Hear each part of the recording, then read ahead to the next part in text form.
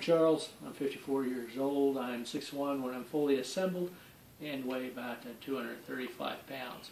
What I'm going to show you today is something about how I managed to get myself up from a two-level floor here. I'm at my folks' house, and so I'm here periodically. Had to figure out how to get up on this floor. I've got the wheelchair. Now, we have in the past have had a ramp, but it was pretty much in everybody's way. It's not something they want to keep in the house all the time, and besides that, it was very heavy, so it's hard to move. So what I've done is decided to go with this route. As opposed to just trying to roll up this thing backwards like I do with a lot of curves and things, this floor has a little bit of a lip here. So I can stick my fingers up under there, and if I try to do this backwards, I would just be grabbing on a very small portion of that wood trying to get up.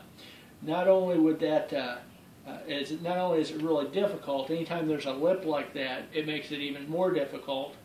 And I have been running on these wheels for about 4 years now, so they don't have anywhere near the grip they had before. There's a real good chance it may not happen this time or the next time, but 3 or 4 or 10 or 12 times down the road that I'll start tearing up the finish on the floor. So I don't even want to start that process. So this is how I managed to get up on the higher level floor. What I do is, of course, I'm going to go ahead and take my seatbelt off, get ready to get out of my chair. I'm going to go ahead and drop my leg and get out of this wheelchair. Okay. Now, since one of the missions here is for me not to tear up this floor, I'm going to get my dad to go ahead and move my wheelchair up on this step. Now, I could manhandle it and do it myself, but I just do not, risk tearing up the floor. And in that same vein, my stump has got a little spiky thing on here. So I definitely want to try to keep that off the wood floor. Alrighty. So my wheelchair is up here where I can reach it more or less.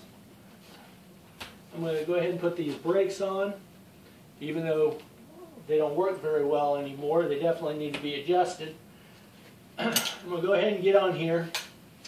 One of the other things I've noticed is I usually have a knee pad. I don't have a knee pad with me today, but I have noticed that the wooden floor is about the most slickery floor that I ever try to get up on.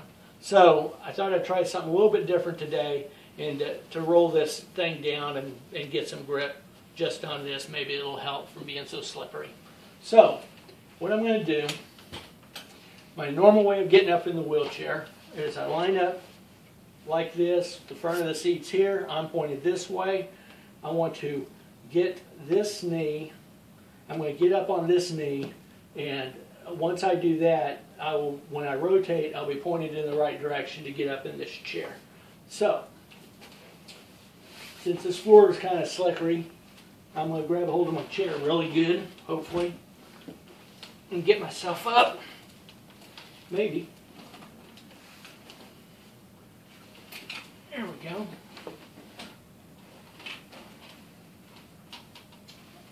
Got myself up. I put my short leg up on the seat. Try to lock my wheel back down again. I'm going to try to get my hiney up on this seat as well as I can. I use the wheelchair to pull myself up. Try to pull low on this because if I pull high, I've got a good chance of bending these bars, and that is something I definitely don't want to do. So I mainly got my hiney up here, not pointing in the right direction, but I'll pick that short stump up,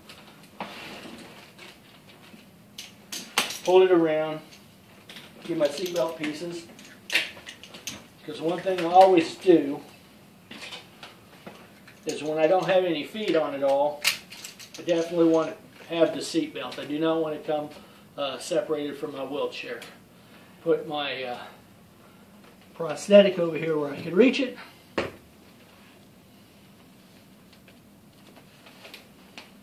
And I'm going to put that guy back on. And that is how I managed to get up onto the second level of the first floor.